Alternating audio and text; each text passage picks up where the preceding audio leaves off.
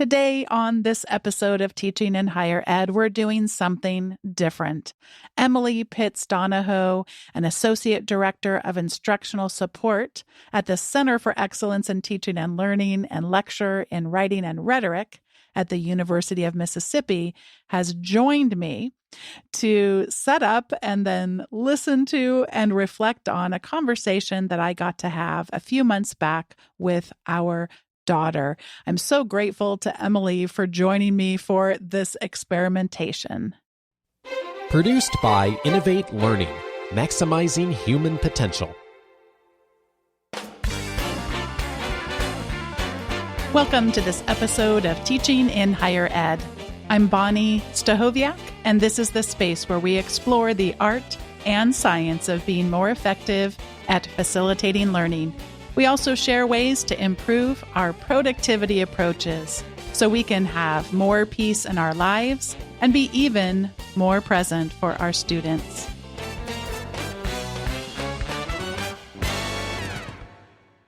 Emily Donahoe, welcome to Teaching in Higher Ed. Thanks so much, Bonnie. I'm really excited to be here with you. Allow me to thank you right up front for experimenting with me. We are doing something that has not been done prior on Teaching in Higher Ed, but you've allowed yourself to get creative with me. Before we embark on our little adventure today, I know that myself and many listeners will benefit from a little bit of a refresher. Would you give us a little refresher on the Grading for Growth framework from Robert Talbert and David Clark? Yes, absolutely. So Robert Talbert and David Clark wrote a book a couple of years ago called Grading for Growth. And that book, one of the things they did in the early chapter was they introduced a framework that attempts to identify the common features of alternative grading systems, or what they call kind of grading for growth systems that are meant to prioritize student growth and student learning over just kind of grades and performance. And so I think their framework isn't the only way to think about alternative grading, but it's one really good way to think about it. And when I listened to the conversation that you were so gracious to share with me, one of the things that stuck out to me is how that conversation had a lot of things to say about the 4 pillars of alternative grading or grading for growth that Robert and David identified. And those 4 pillars are marks that indicate progress, reattempts without penalty, clearly defined standards, and helpful feedback. I think those are maybe in a slightly different order than they introduced them in the book, but that's the order that we're going to talk about them. And so I'm going to challenge readers as you're listening to the conversation with Hannah, that you be on the lookout for how these pillars are or aren't in operation, or in how she's talking about and responding to them, because I think there's some really interesting complexities in the conversation around those things. And I'm excited to talk about them further with Bonnie and to get also listener reactions to it after the fact. So listeners, we are about to go back in time to a conversation I had with my daughter, Hannah. I thought it was going to be a 2-minute conversation about a made-up grade that she told me about on a drive home from school. It turned out to be a far lengthier conversation than that, as you'll hear. And I'm excited for Emily, myself, and all of you to get to take a listen to the conversation now from the past. And Emily will help us dissect what we might take away from it into our own futures as it relates to grading for growth and alternative grading systems. Here we go to our conversation with my daughter, Hannah, and myself.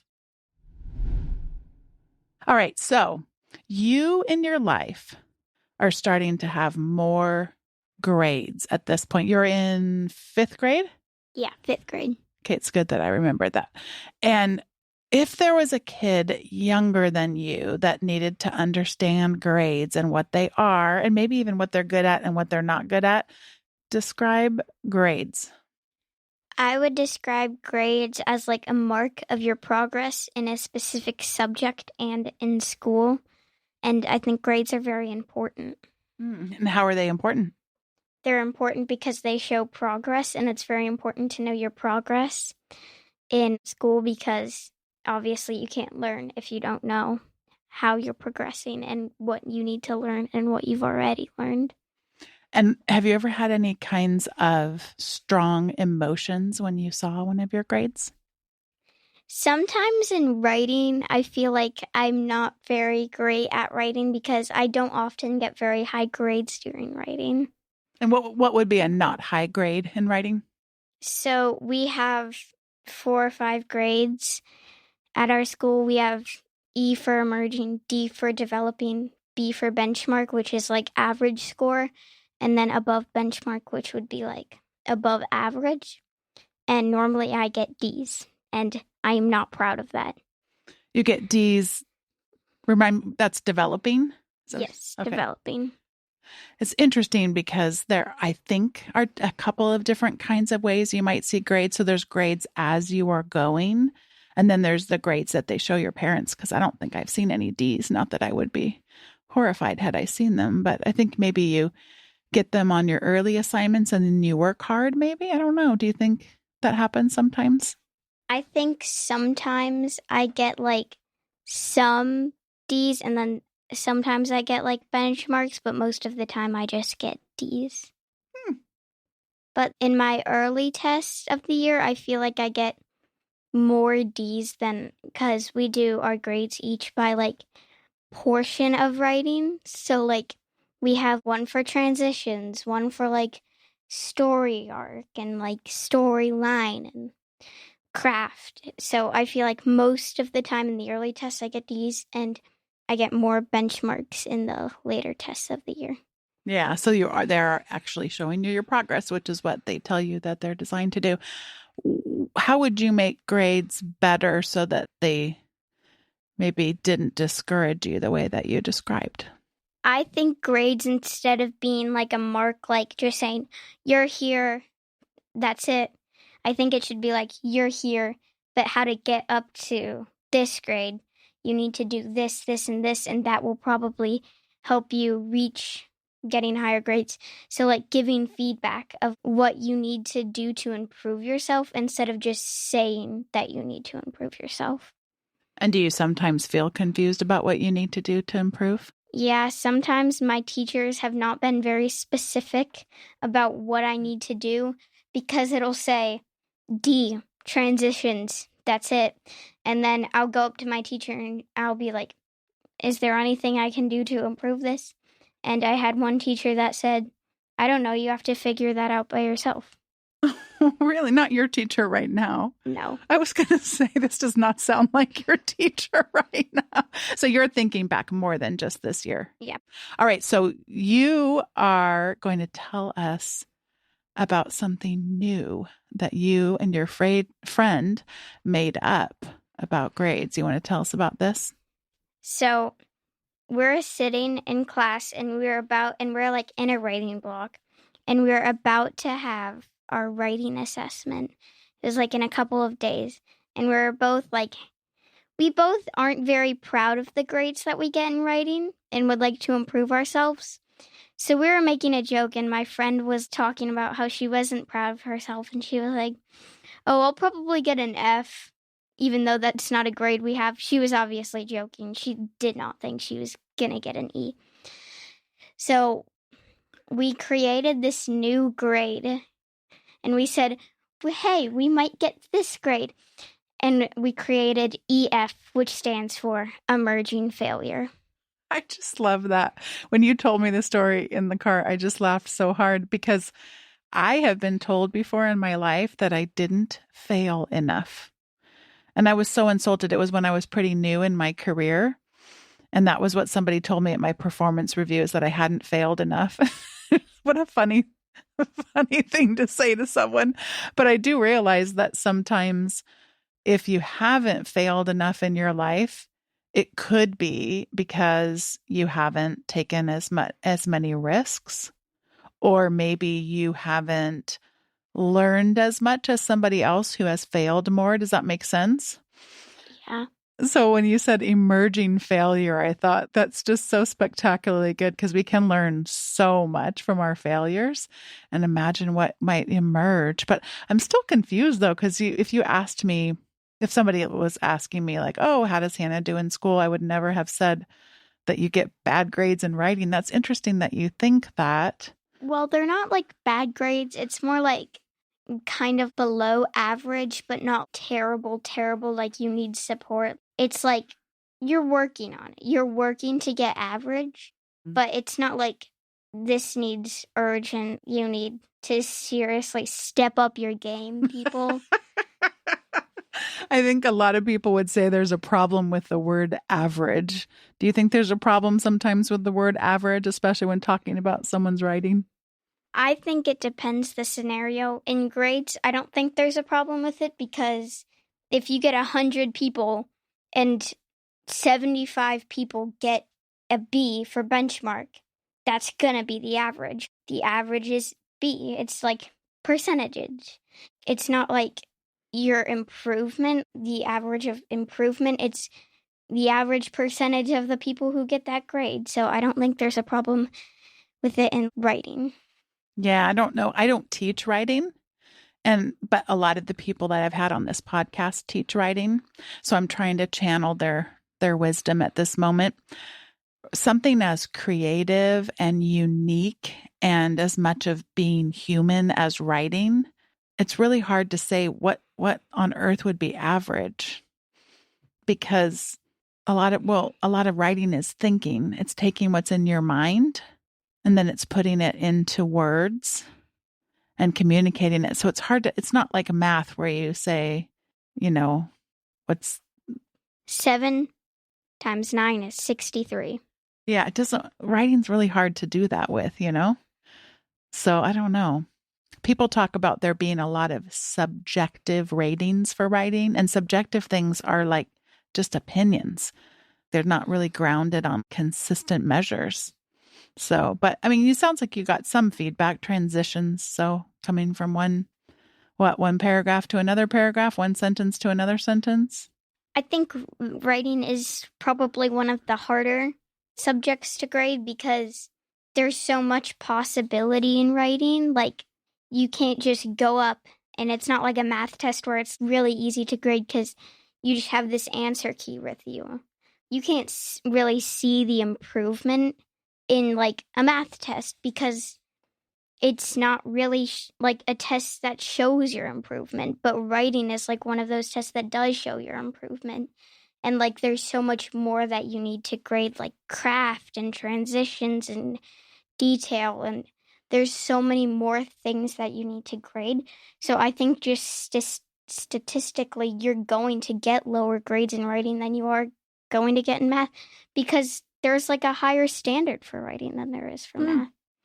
And what's something that you wrote this year that you feel is really representative of both your craft of writing now, but also your potential as a writer? So one story we did this was like a couple days ago. We were doing this story about like holiday stories just for fun.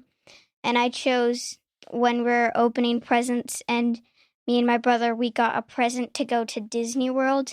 And I felt like you just had to be really specific because it was a really important moment. And like you need to be extra descriptive so that way people can really feel like they're in the element, and that like they can really picture what was happening. Yeah. And what were some important details about that moment that you remembered? So I remember opening the wrapping paper and just seeing a blue box that said like Disney 50th anniversary. And that's when it clicked for me that we're getting a trip to I thought we were going to go to Disneyland. We went to Disney World. And it's like, that was like a really important detail because if I just put there was a blue box, sure, it would have been more suspenseful, but it wouldn't have actually been true. And like, it's very important to like retell what actually happened. And do you think that someday you're going to go to college? Yes, definitely. And so give advice to your future writing professors in college for how to encourage you specifically, and then maybe how to encourage other future writers.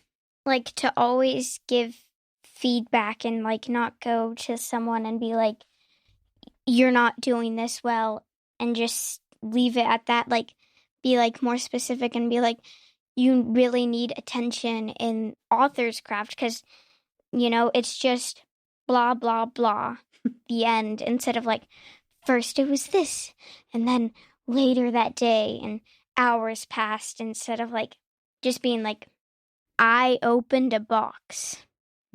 I got a trip to Disney World. That's 2 sentences. That's boring. No one wants to read that.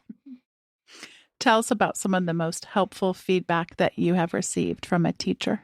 So this happened this year. My teacher said, like, she was saying how my stories, like, they kind of weren't, like, long enough, and she felt like I was rushing them. So she said, just reread your stories more and pay more attention to, like, your spelling and stuff, because I sometimes have trouble with spelling. And she was, like, really helpful, and she wasn't like, this is spelled wrong and this is spelled wrong. She was like, you have some spelling things that you need to fix. And she was, like, gentle and kind to me when saying it. And some of my teachers have not been as kind when saying this. Like, my 4th grade teacher, she's kind of strict, and she would also be like, this is spelled wrong, and she would tell me, like, kind of like every word that was spelled wrong, and she wouldn't really, like, challenge me to go, like, reread it and figure out what was spelled wrong. She would just tell me what stuff was spelled wrong instead of having me go and look and see what was spelled wrong, which I think it's really important to, like, make sure that, like, students can, like, reread it and stuff, because that's a really important skill to have, and I've learned that a lot in writing. I'm hearing you say 2 things. The first one I learned a lot about from someone named Sarah Rose Kavanaugh. And she talks about how we as teachers, as professors, should show compassionate challenge to students. And what that means is, and I heard you say this in your story, you're challenged by your teacher to become more effective in your writing. And she was telling you essentially to check it more and slow yourself down and to catch those things yourself. But she was challenging you, but also doing so compassionately. So that was the first thing that I heard you say in your story. And then the second thing, which I think is so important, there are some times where teachers and professors think that you have to catch every mistake. This is wrong, this is wrong, this is wrong, this is wrong, and especially on things like spelling and grammar. And some of my close friends, I mean, they've thought like, this is so important because I want this person to become a nurse. I want this person to become a teacher, whatever it is. And it seems like they think they're helping them by catching every mistake, but it actually is less helpful. Can you imagine why it's less helpful if somebody catches every mistake than what your teacher did for you? Because it doesn't, like, help your brain develop. Like, I could see how that could help your curiosity and, like, your attention to detail and being able to observe things really well. And it helps you grow. Like, it's very important to help you grow. But, like, just saying, oh, this is wrong, and this is wrong, that doesn't really help your brain grow, because you just have to go back and fix it. Like, there's no challenge in fixing it. It's just, you have to fix it. There's no challenge in that. Yeah, one thing I'm noticing about you as a speller is that you will write a word and you'll notice that it's spelled wrong. And that's just part of growing as a writer and a speller. I say this as someone who doesn't always spell all the words right. but when I look at it, I can tell you that it's not spelled right, even if I don't always fix it. And part of the problem, by the way, is that the autocorrect, when we're typing in words, because, I type so fast, that doesn't help us learn how to spell words any better either if it fixes it for us. I enjoy the autocorrect because I don't have to work as hard, but it's obviously not as good for my brain. And sometimes to my friends because we have to type all our essays out on, like, I think it's like Google Docs or something, I don't know. But, like, the autocorrect, I'm so grateful for that autocorrect. It has saved me, like, so much time. I cannot express how much time autocorrect has saved me. I love autocorrect, but it's also not as good for my brain. So, sad. I want to start by thanking Hannah for being willing to share her thoughts about grading at her school and her experience of it with Bonnie and with me and with all of the listeners. And I want to thank you, Bonnie, for allowing me the honor and privilege of participating in this special episode. And I'm excited to reflect on Hannah's thoughts and experiences with you. I'm excited about you sharing on this pillar 1, the marks that indicate progress. And I know you have such richness to share with us. I do want to let listeners know who are less familiar with the word marks. In countries outside the United States, they often use this term marks, but I find in the United States, we tend to call these things grades. But so marks or grades that indicate progress. What do we have to learn from Hannah's examples and story as it relates to this pillar 1, marks that indicate progress? Yes. So I have a lot of thoughts about this. Hannah described grades as, and I'm going to quote her here, a mark of your progress in a specific subject in school. And then she goes on to say that grades are important because you can't learn if you don't know how you're progressing. And of course, she is absolutely right. One of the most important functions of grades or marks given on individual assignments is to communicate to students and sometimes to their parents or other audiences about how they're progressing in a certain subject. So grades or marks aren't the only way to do that, but they're something that we use as a shorthand, right? And so the issue is that traditional grades don't serve this communicative function very well. So say I get like an 82 on an assignment.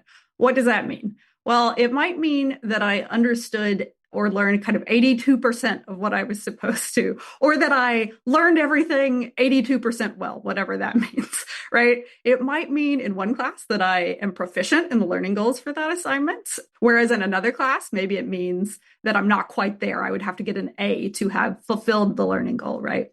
It might mean that I did really excellent work, but that I had points docked off for turning the assignment in late, or it might mean that I did really poor work, but I was in a class full of students who also did poor work and had my grade curved up, right? So what I'm saying is that an 82 or a B minus or an 8 out of 10, or a lot of the points and letter-based grades that we use don't actually give us much information about whether and how we're progressing. And so that's why David and Robert recommend that if we have marks, and maybe we don't have to, but if we do have them, they should indicate progress. And so the question then is, what does it mean to indicate progress?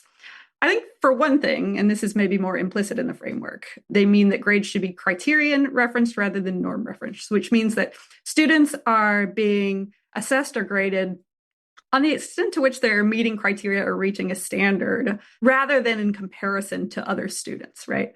So having criteria and reference grades is one thing, right? It helps clarify kind of where students are in their learning as opposed to just how they stack up against everybody else. But the main thing that we mean when we talk about marks that indicate progress is that marks should clearly communicate to students where they are in a feedback loop. So for example, instead of A, B, or C, or 100 or 80, we might mark a student's work as satisfactory or needs revision, right? Or we might say that it is excellent, proficient, or developing, right? Or some other scale that clearly communicates to students whether they have met the criteria for that assignment or whether they should keep trying. So in the case of Hannah's school, it sounds like they do use marks that indicate progress. So students kind of start at the level of emerging and then move to developing, right? Or they might hit benchmark, which I think would mean that they've fulfilled the learning goals, right? Or they could even exceed that and be above benchmark. And what I like about this is that it seems to be engendering some maybe more healthy attitudes about grades. So Hannah says that a developing grade doesn't mean that you're a failure or that you need to step up your game, right? It means that you're working on it, that you're still improving, right? And that's the kind of attitude that we want students to take toward their grades, even when they are, quote unquote, below benchmark, right? But one thing that I think was notable about Hannah's comments is that even though she has this healthy attitude about improvement, it still doesn't keep her necessarily from thinking herself as a bad or below average writer. And I think this is complex because on the one hand, it's good for learners at any age to be able to recognize their shortcomings so they can improve their work. But on the other hand, we have to be really careful, especially with writing and especially at vulnerable ages, that students don't develop and internalize the idea that they're inherently bad at a subject and that they're not thinking of themselves always in comparison to their peers, right, as below average. I've had conversations with some people who think that it's okay or even good that students kind of know where they rank or stack up, because that can be good information. And maybe that's helpful for some students who do take a healthy attitude toward ranking. But I think for most, or at least a lot of students, those students we would consider low performers are more likely to be demotivated or discouraged by that ranking. And the ones that we consider to be kind of high performers can often develop an attitude of competition or of perfectionism from that, right? And I don't think either of those things are healthy. So all of this is just to say that I think it's a great idea to use criterion reference grading and to have marks that indicate progress. And I think it's an important part of making assessment more clear and effective for students and for teachers. But it also doesn't magically solve all of the problems that we have with grading and our communication about grading. We also have to think about how to shift the culture in our classrooms and kind of our attitudes about grades and school as a society more broadly. And I think we'll continue to talk about that more as well in our subsequent conversation. I don't think I mentioned this earlier, Emily, but I was very shocked by this conversation. I did mention I was shocked by how long we had a conversation to begin with, but we don't really have conversations like this about grades in our household. Both my husband and I tend to really want to focus not on grades. We want to focus on learning and on developing, aspiring toward some further levels of mastery, when we're also recognizing we're never done learning in our lives. So when she comes out with that, like, such a precise definition of a grade, which is better than probably I could have done off the cuff, I was really, so it's clear to me that there are discussions about grades that are happening, not just in a single class, not just with a single teacher. And it's clear that some healthy, as you said, some healthy outcomes are resulting. But you mentioned in your comments just this, I think you said vulnerable stages of growth and development. And that was, as the words are coming out of her mouth about her being a bad writer, I instantly thought, like, I'm not sure that I am prepared to, like, have this get shared. I guess I just want to comment because I feel a little weird about it. Like, we're also definitely a household that believes that because we feel one way on a particular day doesn't mean that we're going to feel that way forever. And when we can get discouraged, sometimes all of us can take on more of that fixed mindset. And because we heard Hannah at a particular time on a particular day, Yes. I don't know if I asked her today how she felt about herself as a writer. And I didn't want to make this like some universal part of her identity, because I think those things can then, I know for myself, my gosh, like they can really get reinforced in ways that are super unhealthy. So for anybody concerned about her, I certainly was concerned on that day, but I also recognize that was just a slice of her life on that day. And I'm not necessarily seeing patterns that I'm overly concerned about as someone who cares a lot about her development, particularly as a writer, since she is such a vibrant, wonderful communicator. So I did just kind of want to mention that before we go on to pillar 2. I think her vibrancy and communication skills really came through in that conversation. And it's clear that there's a lot of really great stuff happening to help Hannah develop that kind of vibrancy and those healthy attitudes around grades kind of at home or at school. I think writing is one of those subjects, like, this happens a lot in math, and it also happens in writing, where people start to develop early identities around being bad at something, right? And I totally fair that on any given day, like, sometimes I think I'm a bad writer. I'm a writing teacher, and on a given day, I might be like, this is horrible. I should just quit my job. but yeah, I mean, I do think it's one of those subjects that we have to be careful about. And also, to be clear, I don't know what specifically is a vulnerable age. Probably every age is a vulnerable age for developing writing identity. But I think it's important to keep in mind, especially when we're thinking about grades. All right, we're on to pillar number 2. And this again from David Clark and Robert Talbert, reattempts without penalty. What did you hear in our conversation about this pillar? So another cool thing about the grading system that you and Hannah discussed is that Hannah talked about getting lots of developing grades in writing. And it sounded like maybe you were surprised by this because she's potentially bringing home report cards with like higher grades. Is that right? Well, yes. And also I don't pay that much attention to it. So it's not like she brings home one developing and I think the earth has just, crashed in itself.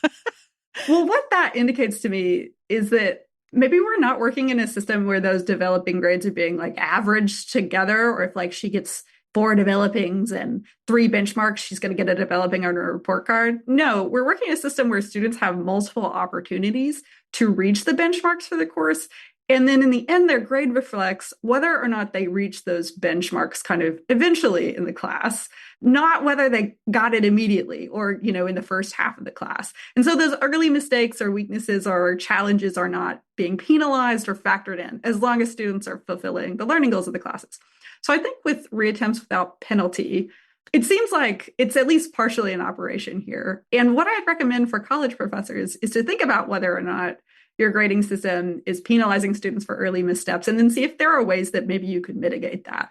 And so easy ways to do this might be just dropping one low test grade. Maybe if you have a student who struggles early on but does really well on a cumulative final, consider having that final grade replace whatever their average grade is, since it's probably the best demonstration of what a student's actually learned in the class. I think you have to be careful about that because some students have really high test anxiety, which can kind of skew the results. But just thinking of ways that those early mistakes don't factor in. I think another kind of even more learning focused application of this would be to build in opportunities for students to revise or retake or resubmit their work throughout the semester, so they're able to directly learn from the mistakes that they made. One thing that I often hear, which is a totally valid objection, is that who has time for this, right? So a caveat that I'd like to share with this is that reattempts, as Robert and David point out, reattempts without penalty doesn't mean reattempts without limit, right?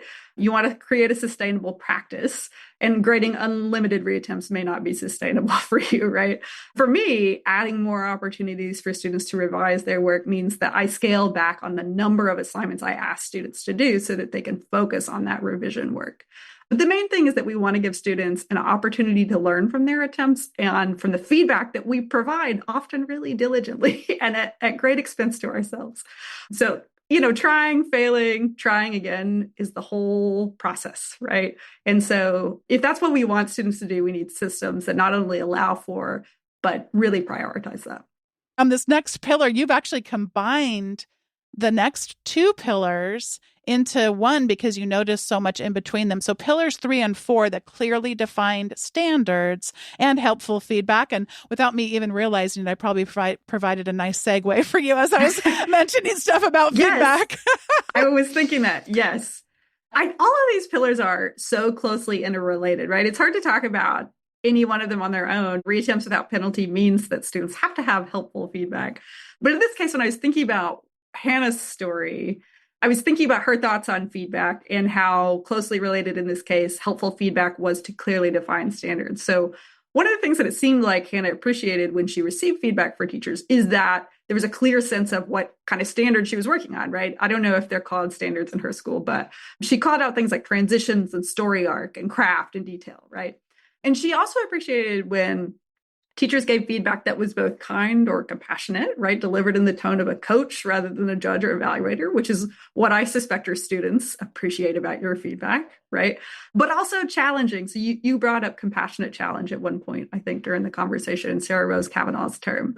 And Hannah appreciated that feedback was challenging in that it helped her, invited her to come into that improvement process on her own so that she could work on certain things rather than having her work edited for her, right?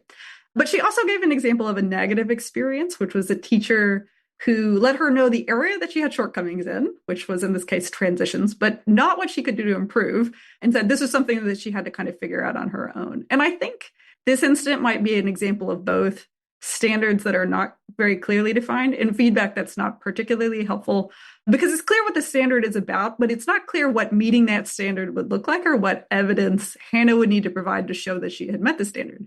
So I'll add that providing clear standards and giving helpful feedback doesn't mean we have to give students the answers or have ultra detailed rubrics or stifle in some way students' creativity and problem solving. It just means that we have to think carefully about what our goals for an assignment are, what success would look like, and then clearly communicate that to students.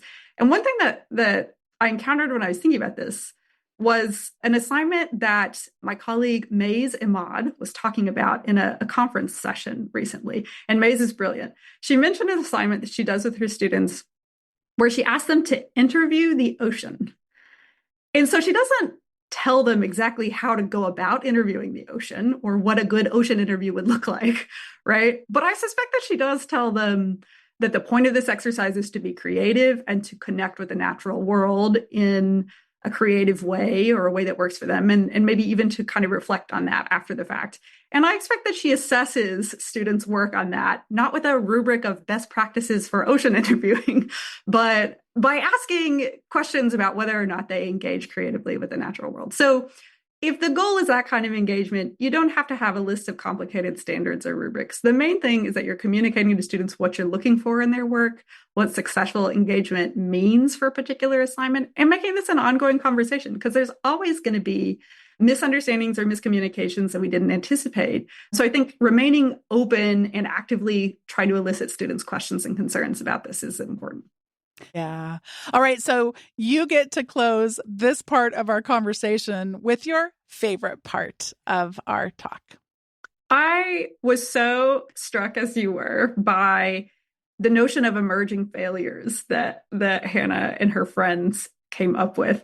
And that's because I think the idea of an emerging failure as a grade very wittily sums up some of the challenges that we face around grades in our education systems and our social systems really broadly. And so here's what I mean. What Hannah and her friend are doing here in part is that they're kind of satirizing or lampooning in a very good-natured way the marks that their school uses or the grades their school uses, right? So they start off by saying, oh, I'll probably get an F, which they know is not a grade that's offered, and then turn the idea of that F into the idea of an emerging failure, which fits more closely with the verbiage that their school uses. And that verbiage is designed to help students see grades as marks of progress, as we discussed, rather than fixed statements about their capabilities or lack of capabilities, right? And so the idea of an emerging failure here is funny because it kind of pokes fun at the fact that these grade designations are in some ways meant to soften the blow of C's, D's, or F's, and it also acknowledges that no matter what you call them, right, low grades are still often read as failures by students or by parents or by society at large. And so even when you tell a kid that they're emerging, they think like, yeah, I'm an emerging failure, right? So this is, I think, a funny and honest look at how grading systems that we use actually operate in the real world. So even in an environment where the school is taking a thoughtful approach to grades and promoting healthy attitudes about them, students see through a lot of the rhetoric, I guess, for lack of a better term. And they know that if they were to, say, apply to college or to a job with a transcript full of E's for emerging, somebody on the other side of that would make a mental calculus and say, oh, that means F, right? And they might have a hard time getting into school or getting a job because there's a mismatch between how their teachers want them to think about grades and the way that people think about grades beyond the school. They perceive a conflict. Students are smart, right? They know that there's a conflict between the learning-focused uses of grades that we have in our classroom or the ways that grades are meant to help them see their progress in the ways that those grades are then used to rank and sort them beyond the classroom. So I'm taking a few things from this. The first is that if you're using alternative grading, or even if you're not, it's good to start a conversation with students about those various conflicting purposes of grades. Jesse Stommel, who's one of the biggest advocates of ungrading, says that the first step really is just talking to students. But the second thing that I'm drawing from this story is that changing the way that we grade in our own classrooms is a great first step, but it only goes so far. So we can try to shift the focus from grades to learning all we want. But at the end of the day, we are still assigning a grade that's going to be used to rank and sort students by people that we don't know and who don't know our students, but who control access to their future opportunities. So I guess in tandem with the changes that we're making on an individual level, we have to think about systemic change, and not just change in how institutions award grades or how employers and admissions committees use them, but the way that our society thinks about them and the way that we operate. We have to get away from a competitive zero-sum system in which your success means my failure or your opportunity means my lack of opportunity, or where the primary goal of our schools is to cull and weed out students to determine who has access to the best opportunities. I think grades are a necessary evil right now because we live in a society of artificial scarcity, and we're absolutely obsessed with ranking and sorting people to figure out what they deserve instead of making sure that everybody has what they need and everybody's able to thrive. So I think our immediate mission is to support individual thriving in our classrooms, but our long-term goal is to do that on a societal level so that school can be about learning and growth and not about ranking and sorting. That was probably a really long-winded, no, I'm slightly sitting here. Fluffy answer. I was literally just about to say, and I have goosebumps on my arms, but I didn't want to sound like I was. I mean, truly, what a powerful statement you just made. And as you were sharing those words, Emily, I wanted to tell listeners just before we get to the recommendation segment, I'm going to pre-forecast a future recommendation and a future visit from Emily back to teaching in higher ed. Emily is working on 2 books right now. One of the books is going to be or is being co-authored with Josh Eiler about grades. And so as you were sharing those incredibly powerful words there at the end, I had a big smile on my face and I kept thinking, and I get to talk to her again. Like she's coming back. This is so fun. So we're actually going to move now into the recommendations segment, and Andrew, our podcast editor, through the magical powers of podcast editing, is going to share what my recommendation was from way back then when Hannah and I had that conversation a few months back, and then also her recommendation. And then we're going to close out the episode with Emily's recommendation, which you're about to hear. And then if you want to hear more from Emily, please know that she'll be coming back. So here we go with Hannah and my recommendations, and then we'll close out with Emily's. I recommend Harry Potter and the Prisoner of Azkaban, which is the 3rd book of Harry Potter. So basically the story is Harry Potter is at his 3rd year of Hogwarts, and he lives in London. Like, London's gone crazy because Sirius Black, who is a murderer, he escapes, and the people at Hogwarts are very concerned, and it's a very good storyline. I think it was like the ending of the book was really surprising to me. I didn't expect a lot of the things that happened, and it was a very interesting book to read. So for my recommendation, I may need a little bit of your help because you were there with me. But first, I want to mention that I saw the musical Wicked at the Amundsen Theater in Los Angeles with my dearest friend from college. Her name is Michelle. And so we had gone up and seen it. And you were, I think, maybe 2 or something, 3, something like that. So you would have for sure been too young to go. But Luke was just too young to go. But I thought he would have loved to see it because it had so many special effects in the production with the smoke and it was just such a marvelous, marvelous production. And so I always had thought it would be so great to go see it as a theater, but it just has never worked out for us to go. And then dun, dun, dun, what happened in November of 2024? So our whole family went to see the Wicked movie, which was a very incredible movie. Yeah, and when we're talking about like the movies of Harry Potter versus the books, I tend to not want to watch any of the movies because, I've seen the first one, but like I get bummed because I just would rather see the pictures in my own mind and make my own movie in my own mind from the books. And so between the musical on stage and the movie, I thought I would be disappointed by the movie. And I was so wrong because it was incredible. The movie is also a musical and it was just incredible. And by the way, if you've not seen it, it's wonderful. Hannah and I would both suggest it, but it's part 1 of 2. So the next one is coming out in It's Thanksgiving 2025, and there are only 2 parts. There are not like 3 or 4. There are only 2. So don't worry. And in our family, we are all very, very unique. And so when it comes to food or music or movies, we tend to have different tastes. And so it was so fun that all 4 of us loved it, and all 4 of us can't wait until the next one comes out. I would like to recommend a book that I just finished and that came out earlier this year. And the book is called More Everything Forever: AI Overlords, Space Empires, and Silicon Valley's Crusade to Control the Fate of Humanity by Adam Becker. I think it's a fabulous title. So the book is a really illuminating, which is important since these people have largely been given the keys to the kingdom here in the US, so to speak. If you've ever heard the term effective altruism, but don't really know what it means, or if you've wondered about why the rich are obsessed with living forever and going to space, or if you want to know what's behind the conversations about artificial general intelligence and what that means, this is a great book for you. I didn't know a lot about any of these things going into the book, but I have a much better understanding of where these ideas come from. And I think the way that they're poisoning our attempts to build a more humane world. And actually, I think this book pairs really well with a title that may be more familiar to a lot of people and that I've been reading with it concurrently. And that's Braiding Sweetgrass: Indigenous Wisdom, Scientific Knowledge, and the Teachings of Plants by Robin Wall Kimmerer. And I think that's been recommended on the podcast before.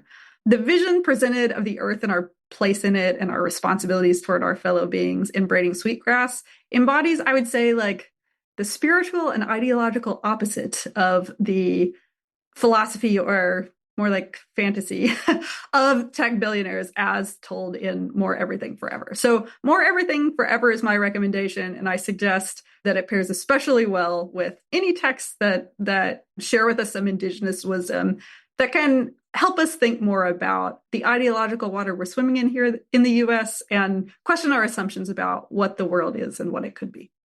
Emily Pitts Donahoe, thank you so much for your generosity in today's conversation, for all your wonderful writing about alternative grading. And for the next time that we get to talk and these forthcoming books, you can tell there's a lot of eagerness for me, and just so grateful for you and your time together today. Thank you, Bonnie. I'm already looking forward to next time. Thanks once again to Emily Potts Donahoe for joining me on today's episode of the Teaching in Higher Ed podcast. Today's episode was produced by me, Bonnie Stachowiak. It was edited by the ever-talented Andrew Kroger. Podcast production support was provided by the amazing Sierra Priest. If you've yet to sign up for the weekly Teaching in Higher Ed update, you could be receiving the most recent episode's show notes and some other resources beyond those links. Head over to teachinginhighered.com/subscribe to start receiving those updates. Thank you so much for listening. Thanks once again to Emily for experimenting with me, and we'll see you next time on Teaching in Higher Ed.